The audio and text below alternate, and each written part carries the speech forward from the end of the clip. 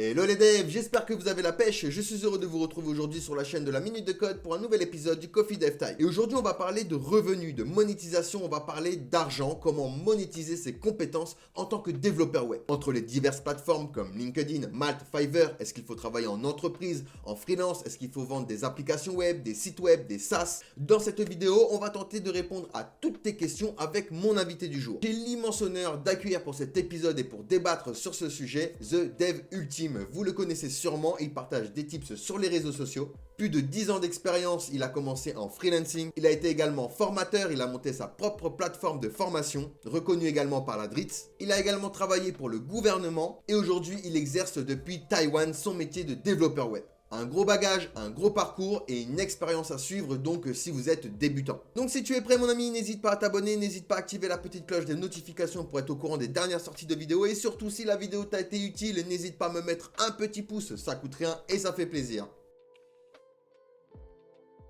Alors, être développeur, c'est bien, mais être développeur et savoir monétiser ses compétences, c'est encore mieux. Et aujourd'hui, on va parler de business, de freelancing, de SaaS. On va parler également de travailler dans un pays étranger tout en étant développeur web avec quelqu'un qui a su maximiser ce potentiel, qui a tout explosé. Bienvenue à toi, Dev Ultime, et merci d'avoir accepté l'invitation. Merci à toi, la Minute Code. Et on va parler énormément de choses et j'espère que les gens vont apprendre plein de choses à travers ce petit épisode. C'est le but, j'espère, c'est le but. Et justement, on va démarrer directement. On se demande toujours, lorsqu'on est débutant, est-ce qu'on va bien gagner sa vie? Comment on peut monétiser ses compétences? Et justement, on va un peu revenir sur ton expérience et ta carrière, parce que, faut le dire, la France est très aigrie quand il s'agit du succès des autres. Mais moi, je tenais à te le dire, tu as quand même une carrière remarquable. Rappelons-le que tu as commencé en tant que freelance. Tu as été formateur, tu as créé ta propre plateforme, tu as travaillé également pour le gouvernement, il me semble. Yes. Et aujourd'hui, tu es à Taïwan. Tu n'es plus en Exactement. France et tu vis donc en tant que développeur web, tu vis de ta passion, de ton métier. Et première question, déjà, qu'est-ce qui t'a donné envie de coder? C'est une super question et merci. C'est vrai que c'est un beau parcours. Parfois, je pense que parfois, il faut savoir prendre le temps aussi de revenir sur son parcours et d'apprécier. Parfois, on est trop dans le jus et c'est vrai que j'ai enchaîné tellement de choses que j'ai pas toujours vu l'évolution. Et là, cette année et un peu l'année dernière, j'ai pris le temps un peu de revenir un peu dessus et de me dire, bon, c'est un bon parcours quand même. Bon, mon parcours est pas fini, j'ai pas 50 ans. Ouais. C'est bien de revenir un peu dessus de temps en temps. Donc à tous ceux qui nous regardent, quel que soit le parcours que vous avez, sachez revenir de temps en temps, je pense, sur vos accomplissements, ça fait toujours du bien pour profiter du moment aussi. Sinon, qu'est-ce qui m'a donné envie de coder? Très bonne question, en plus j'en parlais il y a pas longtemps sur mon Twitter. En fait, tout commence à cause de ma passion des mangas. Alors, je sais pas si on le voit là, parce que, mais j'ai un petit t-shirt de manga One Piece. Moi, je suis un grand fan de manga depuis que je suis petit. Donc, les mangas, c'est des dessins animés japonais, pour ceux qui voient pas ce que c'est. Et en fait, tout simplement, quand j'avais 15 ans, j'ai eu mon premier ordinateur chez moi. Avant ça, j'avais jamais eu d'ordinateur. J'allais au cybercafé de temps en temps, mais j'avais pas d'ordinateur chez moi. Et donc là, à 15 ans, avant de rentrer en seconde, on est en été 2007. Et je m'ennuie, j'ai rien à faire. J'habitais en banlieue à l'époque. Euh, et donc, je regarde plein de mangas, tout simplement. Plein de mangas sur des sites de streaming, etc. Et je me pose la question, en fait, c'est trop bien les sites de streaming, mais comment on en fait un? Comment ça marche? Donc moi, j'étais à fond dans le dessin à l'époque et dans le graphisme. Et donc là, je commence à taper logiciel, création de site web. Parce que pour moi, en fait, tout ce qui existait, ça existait parce qu'on utilisait un logiciel pour le créer. Moi, dans ma tête, c'était ça. Vu que pour le dessin, j'avais des logiciels d'édition photo comme Photofiltre, Adobe Elements, ce genre de choses, GIMP, etc. Et donc je me suis dit, je vais taper sur Google logiciel pour créer un site web. Donc là, je tombe sur plein de choses. Celui que j'ai beaucoup utilisé à l'époque, c'était EasySpot. J'ai beaucoup utilisé Dreamweaver, des trucs qui s'appellent NVU, FrontPage, enfin bref, c'était vraiment des logiciels graphiques.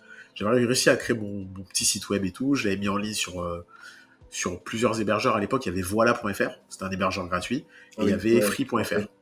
Ouais, voilà, ça te rappelle quelque chose, ouais. Ouais, voilà, ouais.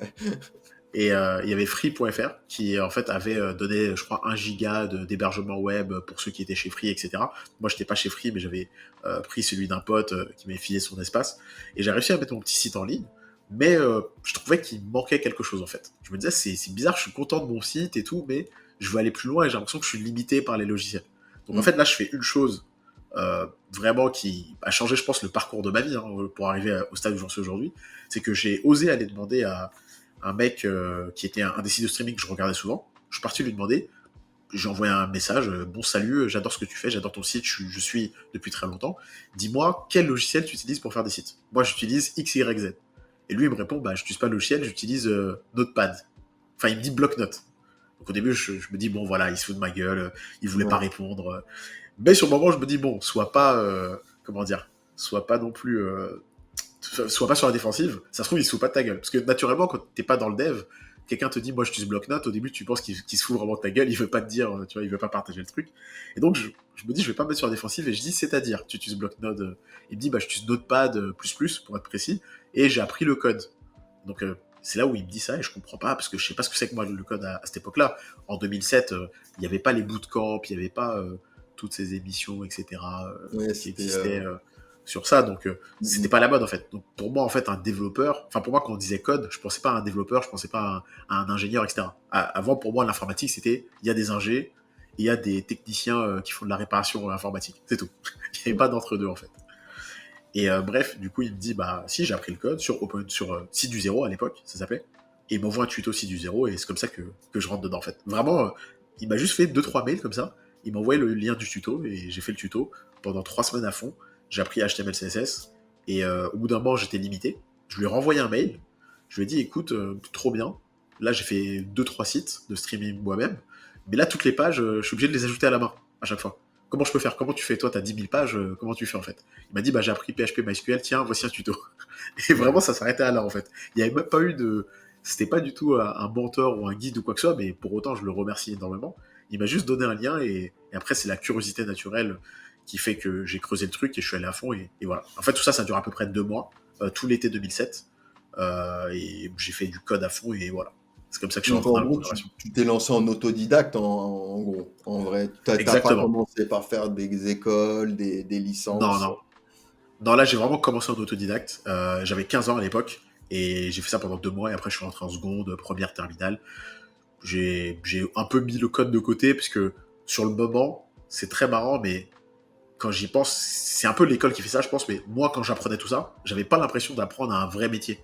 J'avais l'impression que c'était comme faire des tutos de montage vidéo, en fait. Et je me disais, Mhm. non, mais ça doit pas avoir beaucoup de valeur, ce que je fais, ça doit être... Si moi, j'y arrive, c'est que c'est trop facile, et donc ça a pas de valeur sur le marché du travail. Je me disais ça. Et en fait, il y a que quand je suis arrivé en terminale, où j'ai commencé à me dire, bon, qu'est-ce que je veux faire de ma vie? J'ai commencé à réfléchir à ça.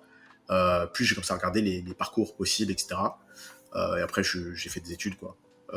J'ai fait un DUT d'abord pendant 2 jours, DUT informatique. J'ai quitté au bout de 2 jours parce que j'aimais pas, c'était trop théorique. Je me suis Ouais. endormi en cours Ah et oui, ça quand même. c'était le.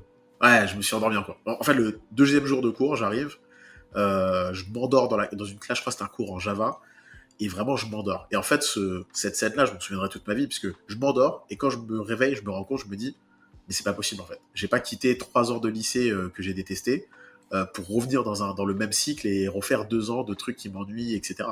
Ça Mm. vaut pas le coup en fait. Donc j'ai quitté. C'était un choix difficile, parce que tu vois, t'es accepté dans une école, on est déjà en début d'année, c'est un risque en fait de quitter le cursus où t'as été accepté, parce qu'en plus tu peux pas revenir dans le système Parcoursup. Enfin à l'époque, c'était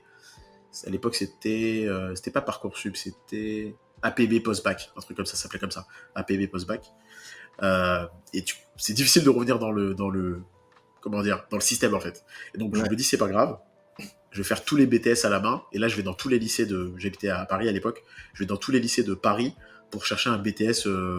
Ça s'appelait à l'époque je crois service informatique des entreprises. Et maintenant, je crois que ça s'appelle SEO. Maintenant, ça s'appelle service informatique dédié aux organisations. Quelque chose comme ça. Et donc, je D'accord. cherche un BTS comme ça, en me disant, BTS, ça va être plus pratique. Et donc, je vais pas m'endormir, etc. Au final, je suis pris dans un BTS du 15e arrondissement, je sais plus comment il s'appelle, Louis Armand, je crois, le lycée.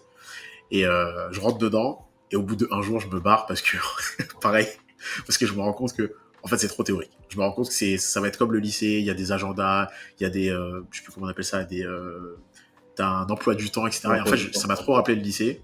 Je me suis dit, non, c'est pas pour moi, je suis pas fait pour ça. Et là, j'ai enchaîné, j'ai fait plein de salons. Et au final, je suis rentré dans une école privée. C'était pas du tout un choix que je voyais à la base. Notamment, j'avais vu des écoles comme Epitech, Supinfo. Ouais, je crois que j'avais vu Superfo aussi, il me semble. À l'époque, ça existait déjà. En tout cas, Epitech, j'avais vu. Epitech, déjà, c'était hors de portée pour moi. Payer 5 000 € pendant 5 ans, etc. C'était vraiment pas possible. Ouais, c'est compliqué. Par contre, j'avais trouvé. Ouais, c'était compliqué, ouais. Financièrement, c'est pas. Je pense que c'est pas donné à tout le monde et faire un crédit et tout. C'était. Je sais pas, je voulais pas trop partir dans cette voie-là. Et au final, j'ai trouvé une petite école, 2 ans d'études, avec 1 an en initial, 1 an d'alternance. Je fais ça, et meilleur choix de ma vie. Je j'ai jamais regretté d'être entré dans cette école. Au final, j'ai fait 3 ans, parce que pour avoir le diplôme, en fait, ils ont augmenté le cursus d'un an quand j'y étais. Et c'était incroyable. C'était incroyable. Il y a Google qui est venu dans l'école pour faire un workshop. On a fait plein de hackathons, de trucs comme ça, etc. Donc c'était vraiment cool. J'ai appris énormément, et donc j'ai fait 1 an en initial et 2 ans d'alternance. Et du coup, Voilà. quel a été ton premier job en tant que développeur une fois que tu as fini ton parcours de formation? Est-ce que tu as eu la chance de trouver tout de suite ou est-ce que ça a été un petit peu un défi? Comment tu t'es dit, tiens, maintenant, j'ai les compétences nécessaires? À quel moment tu t'es dit, en gros, j'ai assez appris pour commencer à mettre en œuvre tout ce que j'ai appris? Bah, en gros, ça s'est passé un peu étape par étape. J'ai trouvé assez facilement, mais parce que justement, je suis pas rentré en salarié directement. Alors, ce qui s'est passé, c'est que donc, je rentre dans cette école qui est en 3 ans. Première année initiale, je fais un stage de fin d'année dans un grand groupe. Et là, je me rends compte que vraiment les grands groupes, c'est pas pour moi. Donc, je fais mon stage et tout, les 2 mois de stage. C'était très cool. J'avais appris plein de choses sur les process, etc. Des choses que on voit pas souvent. Mais sur le travail en lui-même et sur l'environnement, je me rendais compte que c'est pas pour moi. C'était une grosse agence en fait, une grosse agence de com qui s'appelle Neuron, et maintenant ça a été racheté, ça fait partie de Publicis pour ceux qui connaissent. Et donc très grosse agence de com, etc. dans le monde entier. Vraiment ça me plaisait pas. Donc je me suis dit, pour ma première année d'alternance, j'ai commencé à chercher plutôt des plus petites boîtes avec des missions vraiment beaucoup plus intenses. Du coup, moi, je voulais prendre quelque chose où j'ai des missions beaucoup plus impactantes, parce que dans les grands groupes, vu qu'il y a beaucoup de développeurs, etc., bah, Mhm. surtout pendant mon stage de première année, j'avais pas fait des missions très folles, en fait. C'était des petites missions de débugage, donc c'était cool, mais sans plus.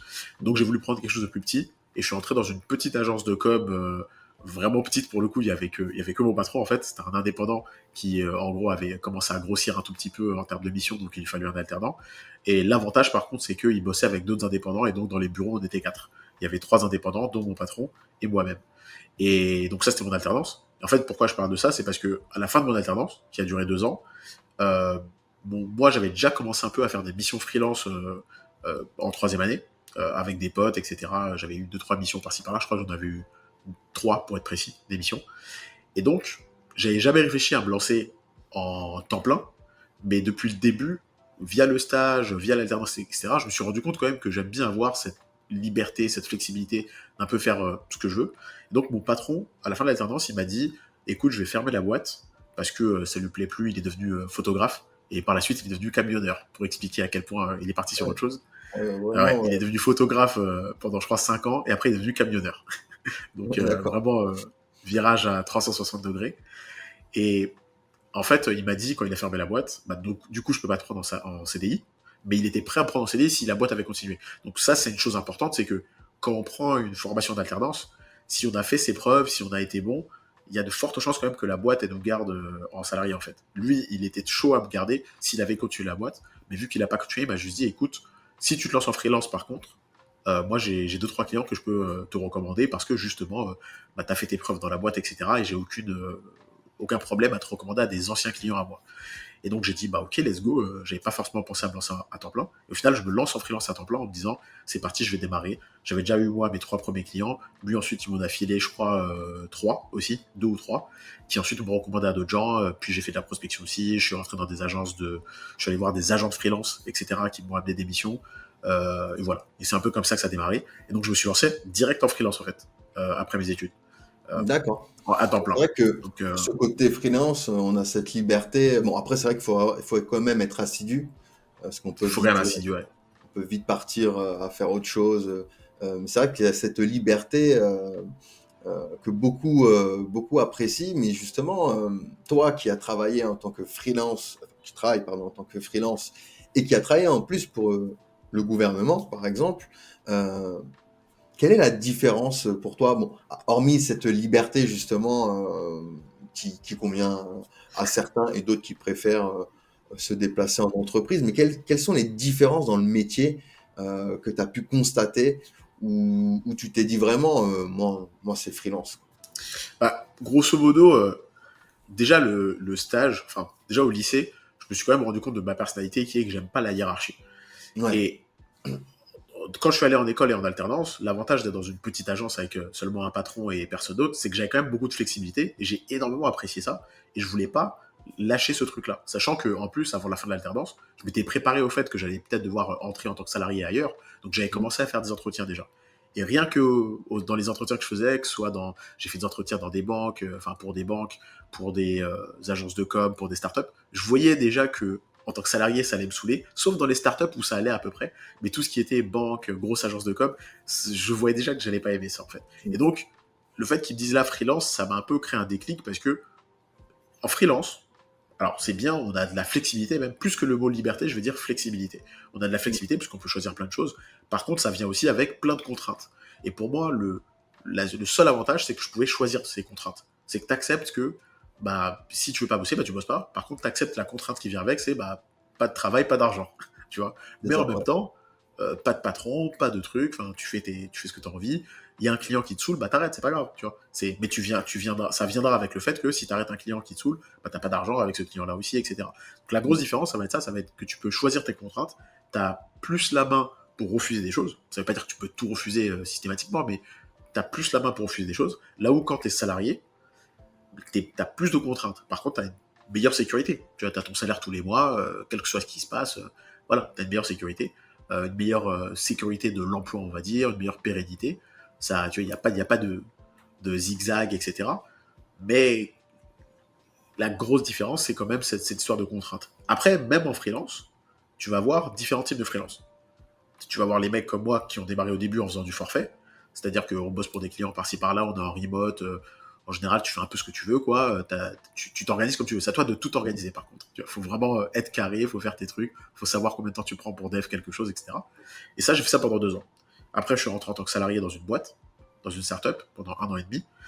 C'était très cool, c'était une startup, donc ça me correspondait. Mais au bout d'1 an et demi, je suis quand même parti parce que l'appel du freelance revenait. ouais. Et c'est vraiment, ça revenait, et le fait de pouvoir toucher à beaucoup de projets, ça me manquait.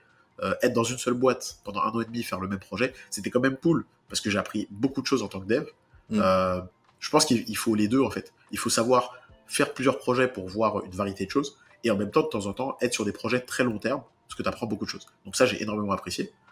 Mais après, quand je suis revenu en freelance, du coup, après ces 1 an et demi-là, j'ai fait de la régie. Et là, en régie, c'est différent du freelance classique. En régie, comme par exemple pour le gouvernement, j'ai bossé pour le gouvernement, pour le ministère de l'Intérieur. Et ben là, c'est de la régie. Tu vas chez le client. Dans le cas présent, je vais au ministère, etc. Tu as plus d'horaires, tu as plus de contraintes, etc. Euh, c'est un peu du. Alors, je vais exagérer un peu, mais c'est presque un peu du salariat déguisé, qu'on se le ouais. dise. Parce que tu vas faire un contrat pour une certaine somme d'argent, ton TJM, tous les mois, tu vas être payé le même montant, etc. Enfin, en fonction des jours que tu as bossé. Euh, donc il y a quand même une certaine sécurité. Il y a une petite sécurité comparée à un freelance classique au forfait. Et donc tu as aussi plus de contraintes. Tu bosses avec des plus grosses équipes. Tu bosses potentiellement parfois même. Ça m'est jamais arrivé. Si, ça m'est arrivé au ministère en fait. En vrai. Il y a des boîtes qui acceptent que tu viennes avec ton propre PC, mais il y en a d'autres où il faut bosser sur leur PC, donc tu as ces contraintes-là aussi. Si par Ouais. exemple, bah, tu aimes bosser sur Mac, mais qu'eux ils sont sur Windows, bah, tu vas bosser sur Windows, etc. Enfin, il y a un peu tout ça qui vient avec les contraintes de bosser en régie en fait. Donc si tu veux, c'est plus que le statut freelance salarié. Je dirais que la différence, elle est plus dans le est-ce que tu vas dans une grosse boîte ou dans une petite boîte. Tu vois, un peu comme quand tu es en forfait, bah, tu fais un peu comme tu veux quand tu es en freelance au forfait, entre Mmh. guillemets. Là où, si tu vas en régie dans une grosse boîte comme Accor Hotel, etc., bah, c'est plus contraignant. Et bah, je trouve qu'en salarié, en salariat, c'est un peu la même chose. Si tu vas dans des grosses boîtes, etc., bah, il y a un peu plus de contraintes. Si tu vas dans des startups, il y a un peu moins de contraintes. En fait, ce qui est impressionnant, c'est que tu es arrivé à te dire, je peux choisir mes projets tout en gagnant bien ta vie. Enfin, c'est relatif, je sais pas combien tu gagnes, mais ce que je veux dire, c'est, tu vois ce que je veux dire? Tu arrives à Ouais, te je vois très dire, bien, ouais. j'arrive à choisir mes projets. Et ça, c'est fort. Parce que un débutant je prends l'exemple d'un débutant, peut avoir peur. de prendre des projets, ils ont parfois peur de prendre certains projets en se disant est-ce que je vais être à la hauteur? Le fameux syndrome de l'imposteur qu'on De peut l'imposteur, rencontrer ouais. également. Euh, Justement, parlons de freelancing plus en profondeur. Entre tout ce qu'on entend, Fiverr, Malte, LinkedIn, quelle, quelle plateforme tu recommanderais pour un débutant, sachant que bah, ça a été tellement prisé maintenant, Malte, j'ai l'impression que ça devient de plus en plus dur de trouver des clients parce qu'il y a eu un effet de mode sur le développement web ces derniers temps avec les IA, etc., qui fait que bah, la concurrence est devenue beaucoup plus rude. Je sais pas si tu as cette impression.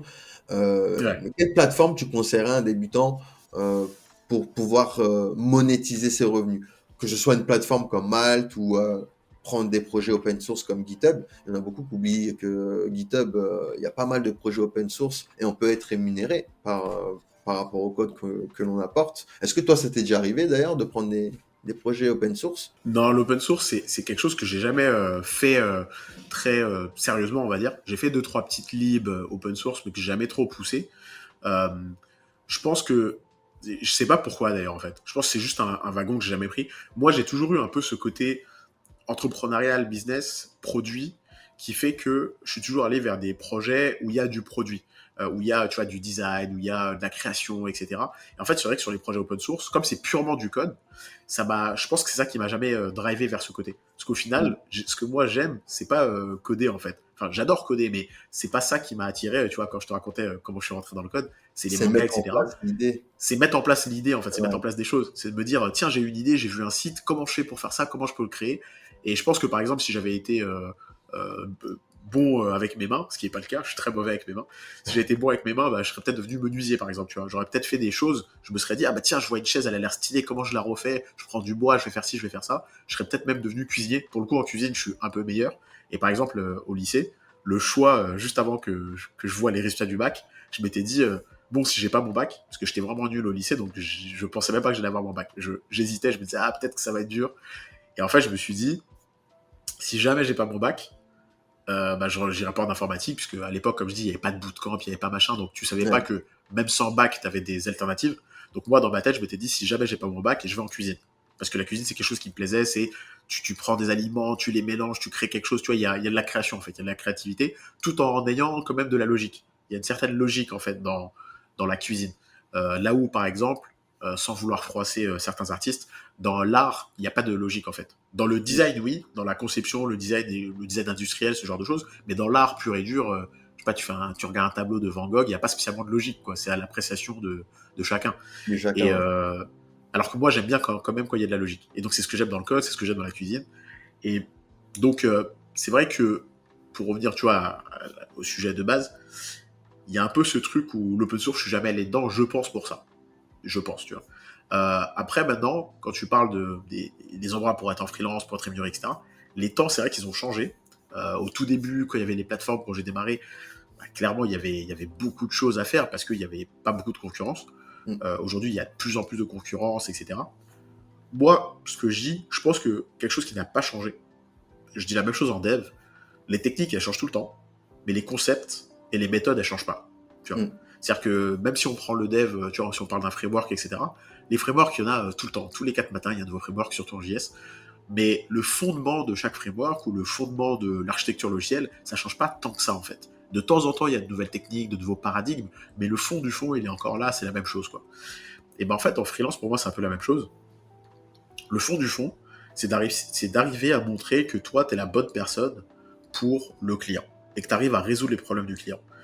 Donc, aujourd'hui, j'aurais du mal à te dire quelle plateforme est la meilleure. Malte, il y a encore des choses à faire, j'ai encore des potes qui arrivent, etc. Mais c'est un peu un cercle vicieux parce que si tu étais là avant, bah forcément, tu continues à avoir des missions parce que tu as plein d'avis. Mais si tu viens maintenant et que tu n'as pas d'avis, c'est plus dur de sortir du Ouais, lot, vu que tu n'as pas encore d'avis, tu n'as pas encore d'étoiles, etc. Donc, en général, ça va jouer, quelle que soit la plateforme, ça va se jouer sur le SEO. C'est optimiser vraiment ton profil sur la plateforme pour que quand on fasse une recherche, ton profil remonte. Et pour ça, euh, dans beaucoup de cas, il va falloir choisir une niche un peu. Tu vois, par exemple, tous ceux qui font du React, s'ils mettent que salut développeur React, bah, tu vas pas voler très haut.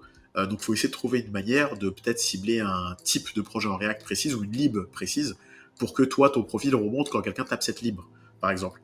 Moi, si je prends mon cas, je fais des logiciels et il n'y a pas longtemps, donc la plupart des choses dans mon logiciel, c'est moi qui les dev avec mon associé. Mais il y a des cas où on prend des freelances. On a embauché par exemple GraphiCart, pour ceux qui connaissent. On a embauché GraphiCart pour faire des choses chez nous. Et il y a une fois. Ouais, exactement. Et il y a une fois où on a eu besoin d'embaucher quelqu'un précisément sur un sujet, qui était ça s'appelle le SCORM. Et en fait, GraphiCart, c'est pas, c'est un bon dev, mais c'est pas sa spécialité. Ça, c'est quelque chose de très spécifique. Le SCORM, c'est dans l'éducation. Donc en fait, je suis allé sur Malte et je tapais SCORM. Et il s'avère que quand je tapais ça, développeur SCORM ou quelque chose comme ça, il y a que 2 profils qui sont ressortis. Et en fait, ça, c'est un bon exemple de quelqu'un qui a su se positionner sur Malte, mais sur une niche, pour qu'il soit le seul à ressortir, en fait. Et du coup, ça fait que la personne qu'on a pris, c'est probablement que cette personne, elle prend 90% des missions SCORM qui arrivent. Il ne doit pas en avoir énormément, mais sur le peu qu'il y en a, elle rafle un peu tout. Et en fait, c'est un peu ça. Il faut réussir à se positionner sur quelque chose ni trop niché, ni trop généraliste pour arriver à ressortir. L'autre technique aussi. Bien définir la solution que tu apportes plutôt au client, plutôt que mettre en évidence ses compétences. Parce que c'est vrai que ce que tu dis, c'est vraiment, c'est réel parce que le client en soi, il s'en fout que tu codes en React, que tu codes en PHP, que tu codes en HTML. Enfin, lui, il veut un truc fonctionnel, C'est ça. moderne et qui lui rapporte ses revenus. Enfin voilà, que son idée soit en place, quoi. Donc c'est vrai, C'est vaut mieux exactement ça, ouais. bien définir son profil et la solution qu'on apporte plutôt que les compétences qu'en soi. En fait, c'est un peu un langage alien pour eux en plus. Parler de Ouais, React, exactement. Pour certains, c'est un langage alien, tu vois. Il y a des gens qui vont vraiment venir taper les technos. Par exemple, si tu es une startup et que tu as déjà un CTO à l'intérieur ou que sais-je, eux, oui, bien évidemment, ils vont taper des technos, mais pour beaucoup de gens, pas forcément. Pour beaucoup de gens, ils disent, ils veulent un résultat, en fait, tu vois. ouais, c'est C'est ça. pour te dire, certains, ils vont même taper directement création d'applications je sais pas, comment on appelle ça, application de rencontre, tu vois. Il y a des gens, moi, je crois que tous les ans, je rencontre au moins une personne qui me dit, ah, j'ai l'idée d'application de rencontre du siècle. Tout le temps, tu vois, tous les ans, au moins une personne. Ce qui veut dire que ces gens-là, par exemple, qui s'y connaissent pas, ils vont forcément venir et taper sur des plateformes, que ce soit Fiverr ou autre, créateurs d'applications mobiles, créateurs d'applications mobiles de rencontres, etc. Ils vont pas taper React Native, Capacitor ou Swift ou Kotlin, tu vois. Ils vont pas taper les technos. Ils vont taper ce que eux ils pensent que tu sais fabriquer. Et donc c'est en ça, pour moi, qu'il faut essayer de se différencier. Et ce qui est bien aussi, c'est de trouver des plateformes émergentes. Il y a toujours un intérêt à trouver une plateforme émergente. Tu trouves une nouvelle plateforme de freelance qui vient de se lancer. Peut-être qu'il n'y a pas encore beaucoup de gens qui la visitent, tu n'auras pas beaucoup de clients, mais toi, le fait d'être le premier inscrit, ça veut dire que tu vas potentiellement ressortir plus tôt, et quand ça va commencer à être à la mode, tu vas ressortir. Fiverr aujourd'hui, c'est pas quelque chose que je conseille à des gens comme canal principal. C'est-à-dire que je dirais pas, il faut se dire, allez, je mets tout sur Fiverr, etc. Tu vois. Il faut faire un mélange. De toute façon, il y a des plateformes où il faut juste se dire, j'y vais, j'optimise mon profil, et après, il faut quand même que je trouve d'autres canaux d'acquisition. Et le meilleur canal d'acquisition pour moi, qui encore une fois ne change pas, c'est que quand tu établis bien ta niche et que tu montres que toi, tu es là pour résoudre tel genre de problème, les gens, tu vas attirer des gens de plus en plus, que ce soit sur des plateformes ou ailleurs. Et donc, un bon moyen d'attirer des clients, pour moi, c'est le réseautage. C'est de te constituer un réseau, c'est d'aller à la rencontre d'une cible que tu as en tête, de montrer ce que tu sais faire, de montrer que tu es là, de montrer que tu sais faire X, Y, Z, et les gens, ils vont commencer à faire appel vers toi. Et souvent, quand je dis ça, les gens, ils pensent que réseauter, c'est je suis dans une grosse école de commerce ou d'ingé, et j'avais plein de gens dans mon école, et donc c'est comme ça que le réseau fonctionne. C'est comme ça que le réseautage fonctionne pour beaucoup de gens, oui, mais c'est pas le seul moyen de se faire un réseau. Même quand t'es personne, même quand tu viens pas d'une bonne famille ou autre, il y a un moyen de se faire un réseau assez simple. C'est tu vas à des événements. Tu vas à des événements. Je donne un exemple très concret, très pratique. Admettons que moi je suis développeur Ruby et que je sais faire du Liquid, qui est le moteur de template Shopify, et que je me dis tiens, je vais me spécialiser en Shopify. Donc la phrase plus générale, c'est je vais me spécialiser en e-commerce. Bah, tu vas à des événements sur Shopify ou sur le e-commerce, etc. Mais pas des événements où il y aura d'autres développeurs, justement. Des événements où il y a les gens qui sont les créateurs de e-commerce et qui vont potentiellement chercher un développeur. Tu vas par exemple à un événement e-com, améliorer votre site e-commerce, il y a de fortes chances que la plupart des gens là, ce ne soient pas des devs, mais que pour autant ils cherchent un dev. Et toi, tu seras un des rares devs à y être. Et donc tu vas là-bas, tu en apprends un peu plus sur ta cible, tu vas en apprendre un peu plus sur ce système-là, tu vas parler à des gens, 2-3 personnes, et à chaque fois qu'on va te demander, ah, et toi, du coup, tu fais quoi dans la vie? T'as un site e-commerce? Non, pas du tout, je suis développeur. Et d'ailleurs, je fais des sites e-commerce assez souvent, etc. Et là, je suis venu parce que j'aime bien en apprendre un peu plus sur les sites que je fais. Et là, tout de suite, il y a des gens qui vont forcément te dire, ah bah tiens, j'ai envie de prendre ta carte, etc. Au cas où. C'est comme ça que ça se passe en fait. Et pour moi, le réseautage de cette manière type, c'est accessible à beaucoup de gens. Tu vois. Bon, Mm. si tu habites à la campagne, etc. Il y a peut-être pas d'événements à côté de chez toi. Bah, tu cherches des événements en ligne, tu cherches des communautés en ligne. Encore une fois, de ta cible et tu parles à des gens, tu interagis et c'est comme ça que tu te crées un réseau en fait, petit à petit. Moi, la C'est marrant. majorité de mon réseau, c'est comme ça que c'est venu. C'est marrant que tu en parles parce que c'est vrai que c'est un constat, en tout cas pour ma part, enfin, un constat que je me suis fait il y a pas longtemps. C'est que les entreprises, je sais pas si tu penses comme moi, mais les entreprises se basent maintenant beaucoup plus sur le côté humain et non des compétences dans le dev. Comme tu dis, bah, le fait d'être curieux, de se déplacer Ouais. dans des salons, etc., bah, ça montre un peu notre curiosité, notre investissement. Bah, tout de suite, ça rassure un petit peu, que ce soit un recruteur ou un client, en disant, ah, lui, il aime ce qu'il fait. Et du coup, c'est un petit côté rassurant. Je sais pas si tu penses pareil. Bah, clairement, hein, et ça, tu vois, ça fait partie des concepts, comme je dis, qui changent pas en fait. C'est Mm. que un concept qui change pas, c'est que les gens, bah, il y a deux concepts, on va dire, qui changent pas. C'est que un, il faut aller là où tes clients ils se trouvent. Donc si toi t'es jamais là où tes clients ils se trouvent, si tes clients ils se trouvent à un événement, bah faut aller aux événements. Si tes clients ils se trouvent dans des communautés en ligne, faut aller en ligne. Si tes clients ils se trouvent, tu vois, dans, je sais pas moi, dans un groupe Facebook, bah faut aller dans ce groupe Facebook, tu vois. Et donc pourquoi? Parce que tout ça c'est à cause du deuxième concept, c'est que les gens ils achètent soit à des gens qu'ils ont vus plusieurs fois, tu vois, ou même à un message qu'ils ont vu plusieurs fois. C'est pour ça que les pubs à la télé, ça marche. Tu vois une Mm. pub, je sais pas, sur des yaourts, t'as vu, en espace d'une semaine, t'as vu la pub 10 fois, au bout d'un moment, ça te donne envie d'aller acheter le yaourt, tout Mm. simplement. C'est le marketing de répétition. Mais en fait, en freelancing, c'est un peu la même chose. Quelqu'un qu'on voit dans un groupe Facebook, un événement, on voit souvent sa tête, on se dit, tiens, c'est marrant, il y a peut-être un truc à faire. Mais l'autre truc, côté humain, c'est le côté humain, c'est le côté, on achète des choses à des gens à qui on fait confiance, tout simplement. Et en fait, une entreprise, effectivement, elle va, dans beaucoup de cas, elle va préférer, de mon expérience, là je parle, là c'est même pas la spéculation, c'est que souvent, moi on m'a pris par rapport par exemple à des gens qui peut-être étaient des plus grosses brutes que moi en dev, mais ces brutes-là, elles avaient pas, soit elles avaient pas le bon mindset, soit elles avaient pas, par exemple, elles savaient pas bosser avec des designers. Ça c'est le truc ça c'est un avantage que j'avais énormément quand j'étais plus jeune, c'était que moi j'adore le design, vu que moi j'aime pas spécialement, c'est pas le dev précisément que j'adore, c'est créer des choses, et donc j'adore le design aussi, et même si je suis pas un bon designer, je sais bosser avec des designers, comme j'aime Mm. ça. Et en fait, ça a toujours fait une différence, parce que quand on entretient, que ce soit pour du freelancing ou pas, la personne, elle voit que, ah ouais, tu t'y connais, tu parles un peu, tu parles de sujet design et t'as l'air d'être assez ouvert, bah, elle va te préférer toi, qui est peut-être un peu moins compétent qui a un peu moins de compétences en fait sur quelque chose, mais qui va savoir parler aux équipes, que quelqu'un qui est peut-être le meilleur dev du monde, qui, ça se trouve, il peut bosser chez Facebook, mais à chaque fois qu'un designer parle avec lui, il y a des conflits, tu vois. Ouais. Parce que ça le saoule, parce qu'il aime pas le design, parce qu'il dit on s'en fout du design. En fait, c'est un peu ça. Et donc ça, c'est l'humain, tu vois. C'est le côté confiance de t'as su montrer qu'on peut te faire confiance sur un sujet ou un autre, tu vois. Mm. Et Ça, clairement, c'est important. mm. Et justement, au-delà des plateformes comme Fiverr, Malte, il y a quelque chose qui revient en plus à la mode, entre guillemets, en ce moment, c'est les fameux SaaS. Et on oublie Ouais. souvent que les développeurs peuvent produire leurs propres produits, tout simplement. Bien fait un paradoxe. Et je sais que tu en as créé un, même plusieurs, il me semble. Euh, Yes.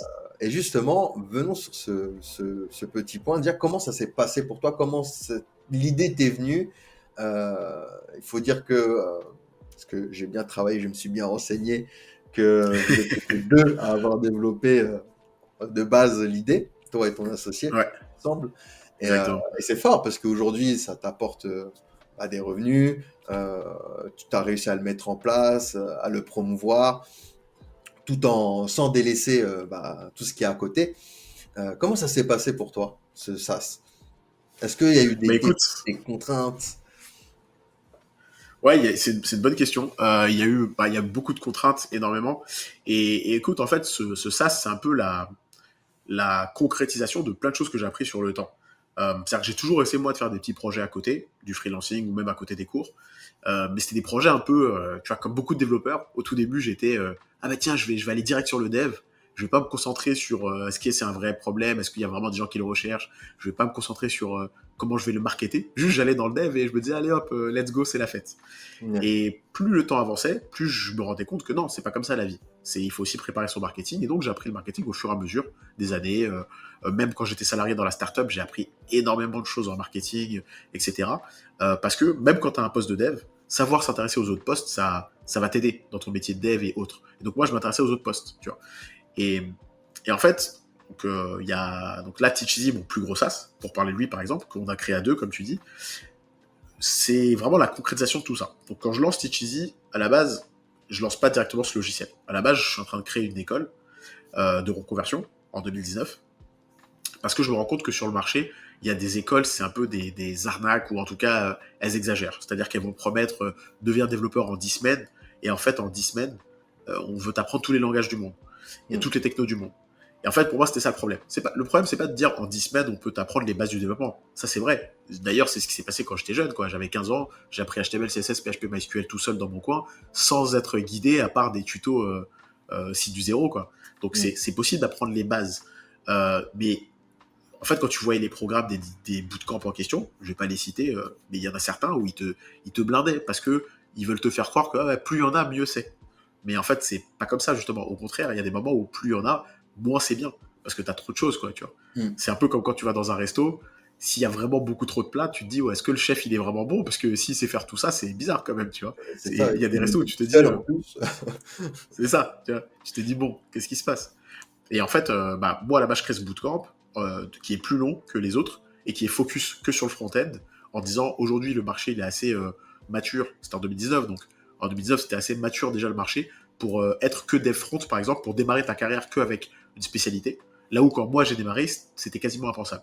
Quand moi, j'ai démarré en 2013, impossible de tomber sur une boîte qui te dit, bah, salut, tu vas faire que du front, tu vois. Éventuellement, tu vas faire du front et du design, c'est-à-dire tu vas faire de l'intégration et en même temps du web design, ça c'était possible, mais faire que de l'intégration ou que un peu de JS, c'était impensable, il fallait être un dev web au sens large en fait. Et petit à petit, on a séparé les trucs. Donc moi, je faisais ça à la base.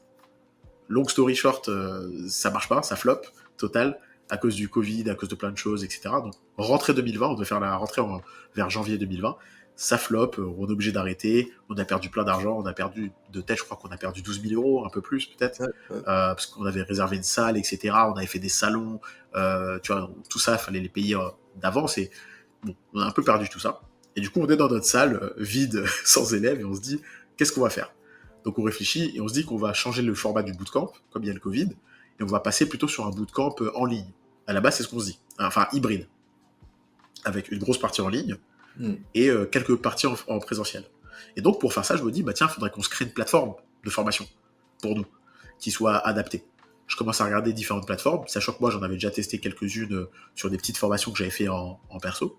Et je vois qu'en fait, les formations, quand tu veux faire quelque chose pour la France, avec la législation française, les outils sont pas top. Parce que les outils sont principalement américains, et les outils qui, eux, étaient français, étaient des usines à gaz. Et donc là, on a juste pris quelque chose qui existait, on l'a simplifié, avec un angle précis. Donc ça, c'est vraiment tout ce que j'ai appris en marketing qui un peu est revenu d'un coup. Je me suis dit, j'ai trouvé un vrai problème, j'arrive pas à créer des formations simplement avec un outil simple et français. Donc je me suis dit, tiens, je vais prendre cet angle-là. Je vais créer un outil simple, qui sera 100% français, en accord avec la législation en France. Et notre différenciation, ce sera que justement c'est 100% français, avec SAV en français, des serveurs en France, etc. Donc on construit toute l'app avec ce contexte-là, des serveurs en France, vraiment le plus possible on met tout en France. Et après on dev je crois pendant 4-5 mois, sur une période en fait qui dure de mars à septembre. Septembre, si tu veux, en gros la plus grosse contrainte en tant que dev, c'est de savoir faire connaître ton outil. Et donc, avant même de lancer les gros devs, ce que moi j'ai fait, c'est que vers avril, j'ai commencé à créer un sondage que je suis allé le mettre dans des groupes Facebook de formateurs. Comme je dis, il faut toujours aller où il y a ta cible. Donc moi, j'ai commencé à me dire, ma cible, elle serait nous, sur Facebook, dans des groupes de formateurs. Je suis allé dedans, j'ai passé mon sondage, et j'ai dit, voilà, le sondage, c'est outil idéal de formateur. Et donc, je pose plein de questions, et en fait, à travers les questions, je fais indirectement la pub du fait que je vais sortir un logiciel pour les formateurs. Et en plus de ça, ça me permet aussi d'avoir des questions et des réponses qui me permettent de valider mon idée. Grâce à ça, on obtient, je crois, 80 emails, un truc comme ça, entre 80 et 100 emails. Ensuite, après ça, On dev. Septembre, on a un produit qui est prêt. En septembre, on lance une bêta. Et en fait, la bêta, ça sert aussi à avoir des emails, parce qu'en fait, comme c'est gratuit et qu'on sait que c'est que du test, les gens, ils sont moins réfractaires à te laisser faire de la pub de ta bêta dans des groupes Facebook. Donc, on va Ouais. dans des groupes Facebook, on fait notre pub, salut, on cherche des bêta-testeurs, on a créé un outil, on aimerait bien avoir des retours utilisateurs, machin. On chope des gens qui sont la cible, qui sont intéressés. À côté de ça, on fait une page de pré-lancement, où il y a juste la promesse qu'on va offrir avec un champ email, inscrivez-vous pour être tenu au courant. Et ça, Mhm. on en fait la promotion en DM. On va sur Instagram, on tape formateur, infopreneur, etc. Et on envoie à tous les gens qui avaient les mots-clés formateur, infopreneur dans leur profil. Le plus gros défi, c'était vraiment ça. C'était comment tu te fais connaître. En termes techniques, un petit défi qu'on a eu, c'est que comme ce projet, on ne savait pas trop où ça allait aller, on a commencé par faire quelque chose de très contre-intuitif pour certains. C'est qu'on a démarré ça sur un serveur mutualisé. Un petit serveur mutualisé à 5 euros par mois chez O2Switch. Et Ouais. donc, tu vois, il y a des gens qui auraient pu nous prendre pour des fous et tout, en disant, mais ça va pas marcher, ça scale pas. Et en fait, les gens, ils comprennent pas que vous êtes pas Facebook, en fait. Ça sert à rien de penser au scale pour des millions, alors que Mm. votre projet, il est même pas né, vous savez pas si ça va marcher. Faites au plus simple. Nous, à cette époque-là, moi, je connaissais très bien les outils mutualisés, parce que j'avais fait beaucoup de sites sur des trucs mutualisés pour des clients. Donc, je dis, ça suffit. O2Switch, ça fait une bonne patate. Nous, on était en PHP. On met ça dessus. Et donc, il y avait des petits... comme tu es sur un serveur mutualisé, tu as des petites contraintes techniques auxquelles il faut t'adapter. Donc, on a construit l'application, on l'a adapté à ces contraintes techniques. Et en fait, après, le temps a passé, le projet a évolué, on l'a migré vers un serveur plus complet, plus costaud par la suite. Du coup, c'était le bon choix parce que on a pu migrer gentiment, tu vois. On a attendu que le projet prenne avant de se dire, OK, on va dépenser plus cher dans autre chose. Et donc, Justement, voilà, c'est on a ça eu le problème. ces petites C'est vrai que choses-là. quand on a une idée, c'est vrai que le problème, non, on va dire l'erreur à pas faire pour certains, c'est de vouloir tout faire d'un coup en se disant, tiens, Ouais, je veux l'appli, elle fait ça, elle fait ça, elle fait ça. Alors qu'en fin de compte, comme tu dis, il faut minimiser son idée et se dire la manière la plus simple, la plus fonctionnelle déjà de base, et ensuite la faire évoluer petit à petit. Comme tu dis, on n'est pas Facebook de base. c'est ça. T'as pas de sûreté sur le retour, t'es pas implanté, donc c'est vrai que faut minimiser les risques quelque part aussi pour te protéger toi-même. C'est ça, en fait, faut trouver le bon ratio entre les risques que tu prends, parce que de toute façon, s'il n'y a pas de risque, il n'y a pas de récompense. C'est aussi Mm. simple que ça, tu vois. Dans la vie, il y a très peu de choses où tu peux te dire, je vais la jouer safe et tu auras une belle récompense. Toutes les Mm. belles récompenses viennent d'une prise de risque. Donc, il faut trouver le bon ratio entre quand même prendre des risques, mais des risques que tu mesures et surtout t'adapter au contexte, tu vois. Et aujourd'hui, c'est même encore mieux parce qu'il y a plein d'outils. Il y a Supabase, il y a Upright, il y a, pour ceux qui sont très bons sur AWS, tu peux lancer un truc sur AWS pour pas hyper cher au début, mais il faut vraiment être bon pour bien mettre des safeguards, etc. Il y a Vercel qui cartonne, qui coûte pas Mm. très cher si tu joues bien tes trucs. Donc aujourd'hui, c'est même encore plus simple. Euh, et en fait, faut mesurer le contexte et se dire, c'est quoi le plus adapté dans mon scénario là. Donc, faut faire simple, sans pour autant négliger le fait que ça peut grossir. Mm. Mais ça ne veut pas dire qu'il faut se préparer à toutes les éventualités. En fait, souvent, c'est ce que là, les gens ils disent je veux être prêt au scale, mais être prêt, ça veut dire peut-être lister les choses qui vont peut-être arriver, et juste te dire, est-ce que là, ce que j'ai choisi, ça suffit pour gérer les problèmes d'après. Ce que moi j'appelle des problèmes de riches. Règle les problèmes de riches quand tu deviens riche. Quand t'es pas riche, C'est ça sert à ça, rien d'essayer de régler des problèmes de riches. Tu vois, ça sert à rien. Et en fait, il y a clairement. des gens, ils essaient de régler ces problèmes-là dès le début en se disant, attends, je vais prendre un framework hyper complexe parce que là, ça se trouve. Ouais, mais t'es pas dans ce ça se trouve encore, tu vois. À moins que tu sois, par exemple, admettons, t'es Facebook, t'es Mark Zuckerberg. Facebook s'arrête, on sait pas pourquoi. Tu veux lancer un nouveau projet. Quel que soit le nouveau projet, c'est certain que tu vas voir des millions d'users très vite parce que tu as déjà fait Facebook. Tu as déjà Mm. cette expérience-là. Tu as déjà peut-être une équipe, tu as déjà des choses. Bien sûr que là, tu vas pas faire les mêmes choix que quand tu es Mark Zuckerberg niveau zéro qui est à Harvard mais qui ne sait pas encore où son projet il va aller. Tu vois. Mm. C'est justement ces deux contextes différents. Et pour moi, il faut savoir à chaque fois le contexte. Tu vois. Il y a des projets que tu peux faire en te disant je vais faire, euh, je vais faire du gros dev. Il y a des projets que tu vas faire en te disant non, je vais faire un plus petit dev. Tu vois. Et un exemple très concret, c'est que parmi les SaaS que j'ai fait, j'ai fait plusieurs SaaS, micro SaaS et tout. Il y a un micro SaaS que j'ai fait qui est vraiment le coup du siècle, entre guillemets presque. C'est que c'est un SaaS que j'ai créé en 3 jours à la base. Au total, après, j'ai bossé 6 jours dessus. Sur 2 ans, j'ai bossé que 6 jours dessus. Ce D'accord. SaaS, il a fait 70 000 € en tout et pour tout en 2 ans, avec 6 jours de travail. Et en fait, pourquoi il n'y a que 6 jours de travail? C'est parce que j'ai réussi à choisir la bonne stack pour justement répondre à ce contexte-là. Le contexte, c'est que j'ai un pote qui vient, salut, j'ai une idée. C'est un mec que je connaissais même pas totalement à l'époque encore, c'était un ami d'amis. Il me propose une idée et il me dit est-ce que t'es développeur, est-ce que ça te dit de faire un projet avec moi C'est un truc. Il voulait pas trop dire l'idée, tu vois, il cachait un peu l'idée et tout. Et ça, d'ailleurs, c'est une mauvaise chose, sauf dans son cas. Dans son cas, je trouve qu'il avait raison de le faire. Il faut jamais cacher son idée, sauf quand c'est un détail tellement fin que quelqu'un peut vraiment te piquer le détail. Ouais. Alors que dire, par exemple, si par exemple tu as l'idée de faire Facebook et tu dis, ah bah, tu dire aux gens que tu vas faire un réseau social, il faut le dire. Sinon, si tu dis pas aux gens ce que tu vas faire, tu n'auras pas de retour, tu sauras pas si c'est une bonne idée ou pas.